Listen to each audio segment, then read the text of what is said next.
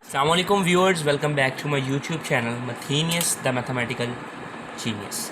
हमारी एक modular arithmetic की सीरीज चल रही है। आज हमारा 4th एपिसोड है। Without wasting any time let's concentrate on the main topic. आज जो हमारा टॉपिक है वह format-little theorem.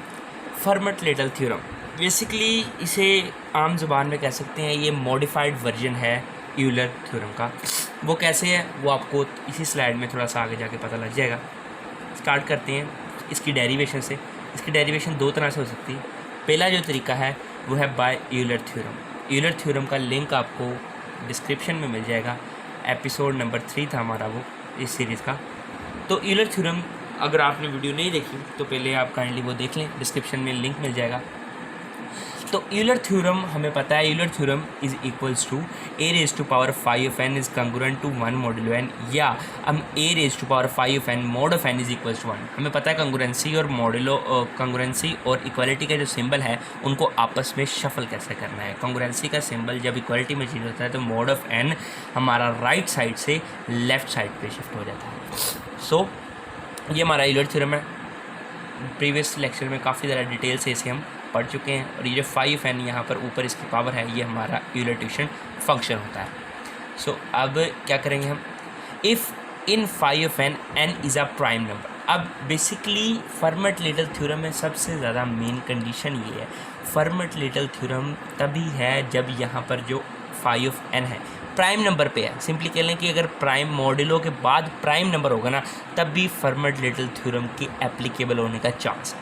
So if in 5n n is a prime number 5n is equals to n-1। अब ये स्टेटमेंट है ये मैंने कहाँ से लिया, ये हमारा एपिसोड नंबर 2 था यूलर ट्यूशन फंक्शन का। उसका लिंक भी आपको डिस्क्रिप्शन में मिल जाएगा।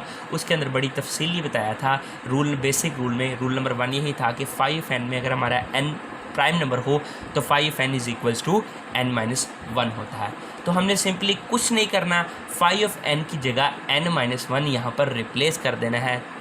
और ये चीज़ याद रखनी है, अब जो हमारा n है वो स्पेसिफिक हो चुका है, वो एक प्राइम नंबर है। हमने क्या किया, ये हमारे पास ऊपर a raise to power 5n is congruent to 1 modulo n है और a raise to power 5n modulo of n is equals to 1 है। यहाँ पर 5n की जगह दोनों जगह पे n-1 सिंपली पुट कर देना है।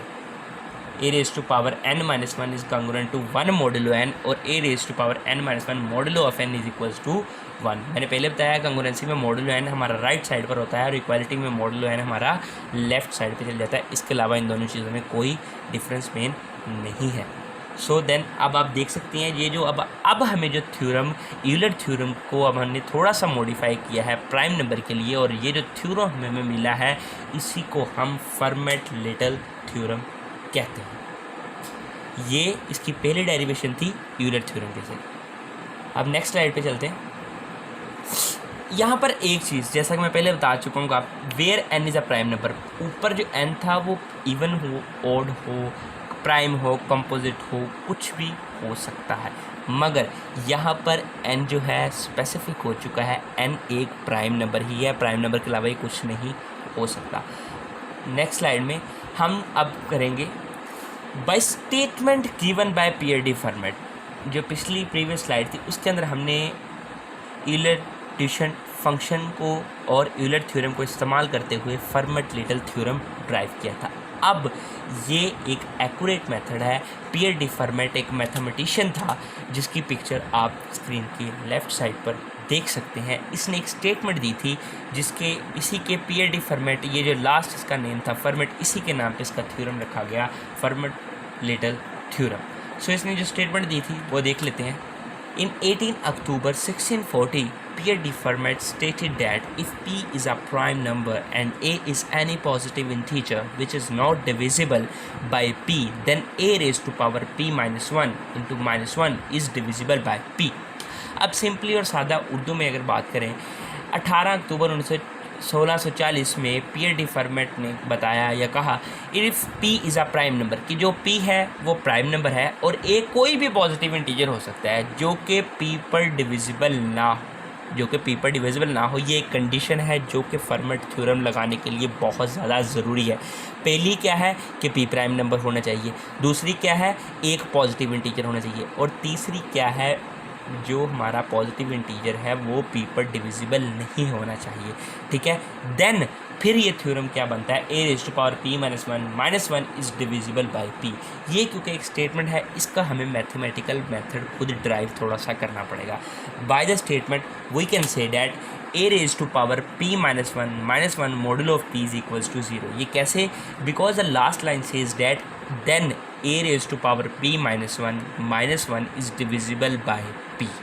अगर कोई चीज़ कम्प्लीटली डिविजिबल होती है तो हमें पता है मोड ऑफ पी क्योंकि कम्प्लीटली डिविजिबल कर रहा है तो A raise to power P minus one mod of P is equals to 0 ही आना चाहिए।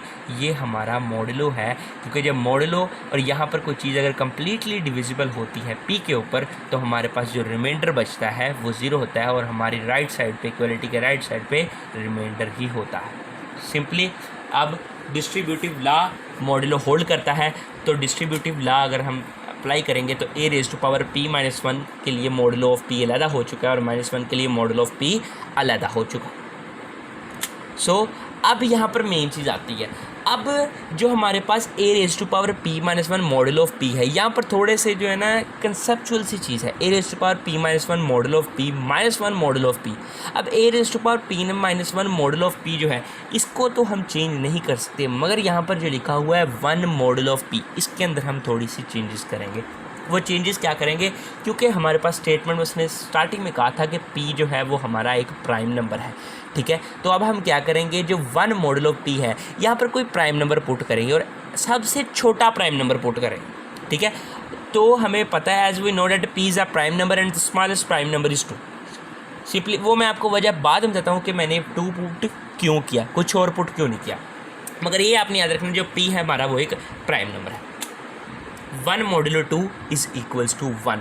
1 मॉडुलो 2 1 के बराबर कैसे है, हमारे पास एक लॉ है, if a is less than b then a modulo b is equals to a। इस लॉ के ज़रिए 1 मॉडुलो 2 इज़ इक्वल्स टू 1 है, कोई कैलकुलेशन किस चीज़ की करने की ज़रूरत नहीं है। सिंपली अब बताता हूँ मैं जो प्राइम नंबर था वो 2 ही क्यों लिया, स्मॉलेस्ट सबसे प्राइम नंबर क्यों लिया। अब देखें, अगर आप 2 के अलावा कोई भी प्राइम नंबर लेते हैं तो वो कोई भी जो प्राइम नंबर होगा वो 1 से बड़ा ही होगा, क्योंकि अगर कोई चीज़ 2 से बड़ी है तो वो 1 से भी बड़ी है, लॉजिकल सी चीज़ है। अगर वो यहाँ पर 2 से बड़ा है तो वो 1 से भी बड़ा है, तो इस लॉ को हम मद्देनज़र रखते हुए हम कह सकते हैं कि 1 modulo of p is equals to 1 होगा। ठीक है, मैं दोबारा रिपीट करता हूँ, क्योंकि अब मैंने 2 लिया, 2 के अलावा अगर आप कोई भी पॉजिटिव प्राइम नंबर ले लें, ठीक है, 2 के अलावा कोई भी ले लें, 3 ले लें, 5 ले लें, 7 ले लें, जितना भी लेंगे वो सारे के सारे 1 से बड़े होंगे, और अगर वो 1 से बड़े होंगे तो if a is less than b then a modulo b is equals to a। ये हमारे पास एक हमारा लॉ है। सिंपली अब क्या करेंगे, 1 मॉडुलो p की जगह पे हम इस इक्वेशन में 1 रिप्लेस कर देंगे। a raise to power p minus one modulo of p minus one is equals to 0। Simply -1 को राइट साइड पे हम शिफ्ट कर देंगे तो a raise to power p minus one modulo of p is equals to 1 आ गया। ये हमारा फर्मेट-लिटल थ्योरम है, वही थ्योरम जो कि हमारा प्रीवियस स्लाइड के ऊपर हमने यहाँ पर एज p लिया है, प्रीवियस स्लाइड पे हमने अननोन वेरिएबल n लिया हुआ था, यहाँ पर हमने p लिया है और कोई चेंजेस नहीं है, वो हमने यूलर थ्योरम से ड्राइव किया है, ये हमने PID फॉर्मेट की स्टेटमेंट से ड्राइव किया है।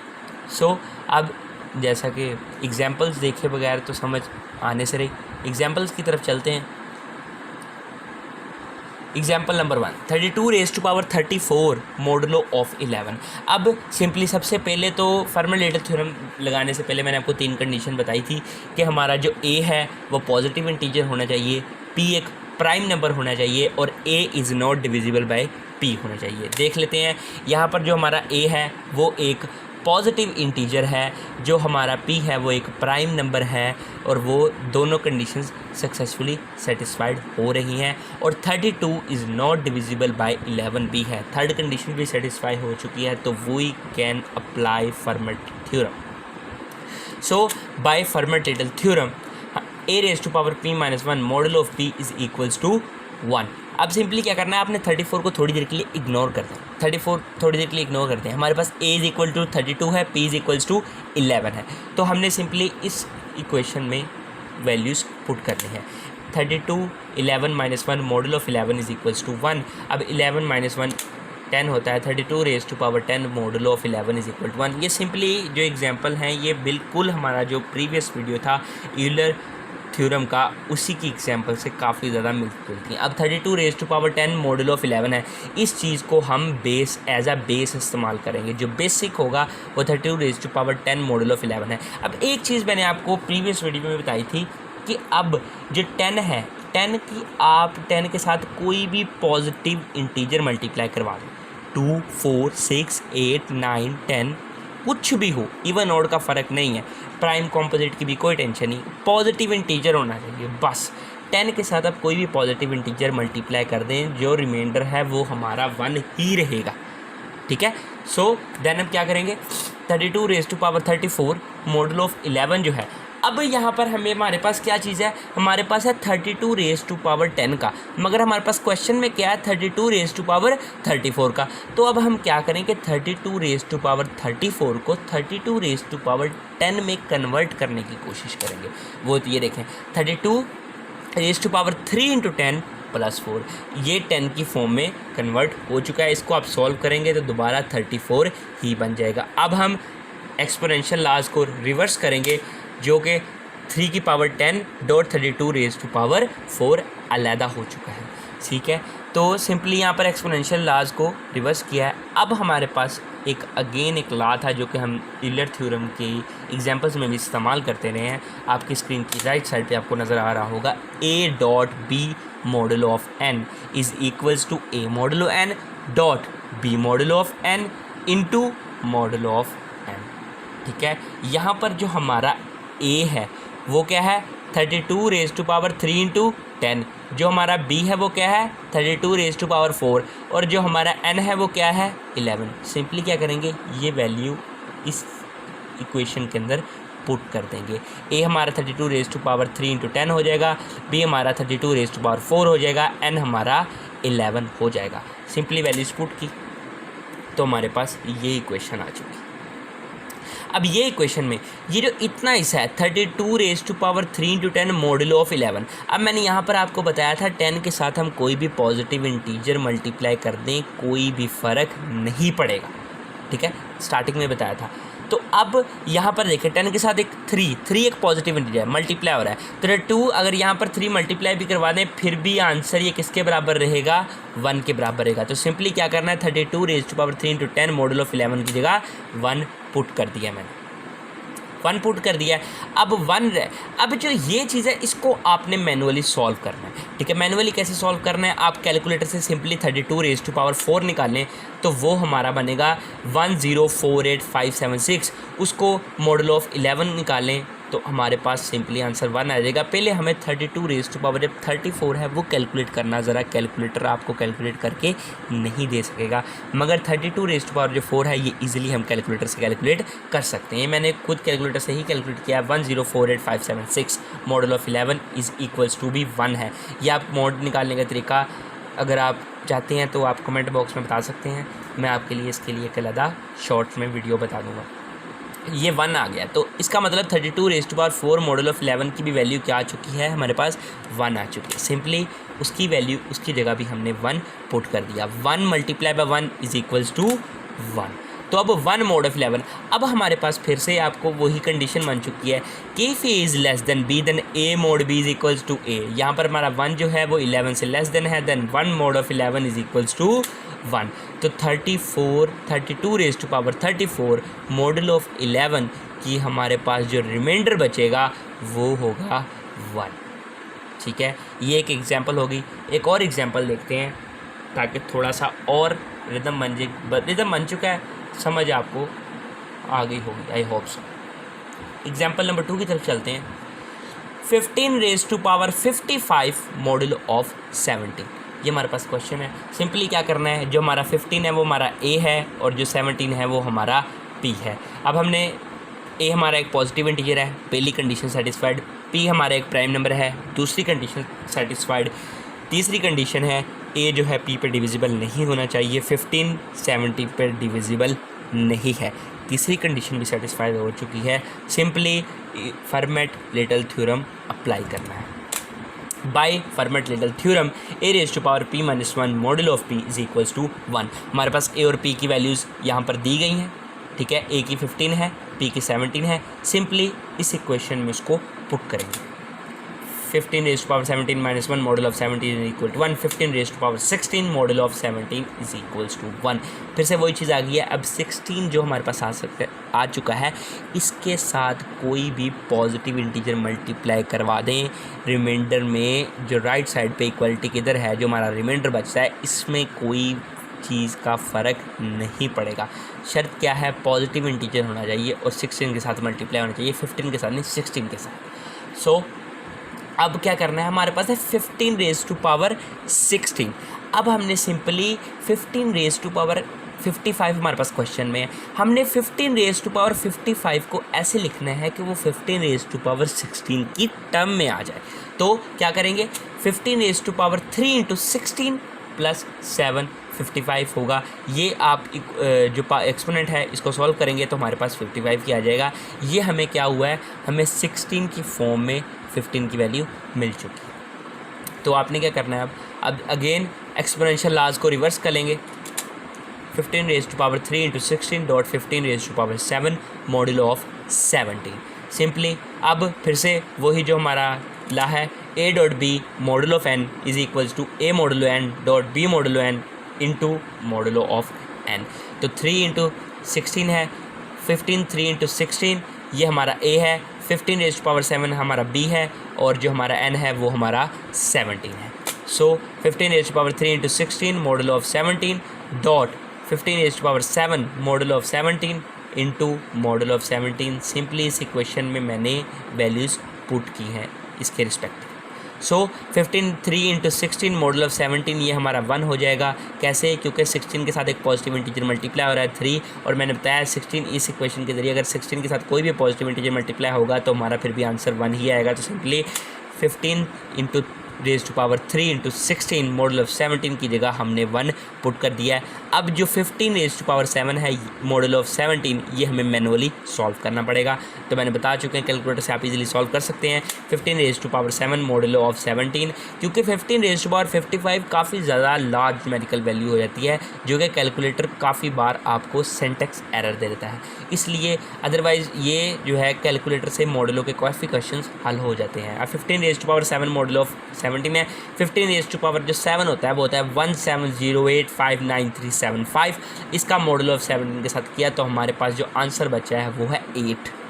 ठीक है, ये हमारे पास जो रिमाइंडर हमारा बचेगा वो 8 होगा। ये कैलकुलेटर से आप कैलकुलेट कर सकते हैं। दूसरे नंबर पे मेरी जो वीडियोस हैं वो यूजुअली काफ़ी ज़्यादा लेंथी हो जाती हैं, तो आपको नीचे वीडियो का जो टाइमर होता है उसके आगे लिखा नज़र आ रहा होगा। बेसिकली इस वक्त आपको लिखा नज़र आ रहा होगा एग्जाम्पल्स। ठीक है, आप उसके ऊपर अगर आप क्लिक करें तो आपको मेरी वीडियो के अंदर मौजूद जितने भी चैप्टर्स हैं वो नज़र आ जाएंगे। अब चैप्टर क्या चीज़ है, चैप्टर है कि मेरी वीडियो के अंदर बेसिक कंटेंट क्या चीज़ है। ठीक है, मेरा जिस तरह पहला कंटेंट था डेरिवेशन का, दूसरा कंटेंट मैंने एग्जाम्पल का, तीसरा मेरा था कि ये एग्जाम्पल्स है, तीसरे नंबर पे मैंने आपको डेरिवेशन दिखाई है पीएडी फॉर्मेट के साथ, उसके बाद यूलर थ्योरम के साथ डेरिवेशन दिखाई है।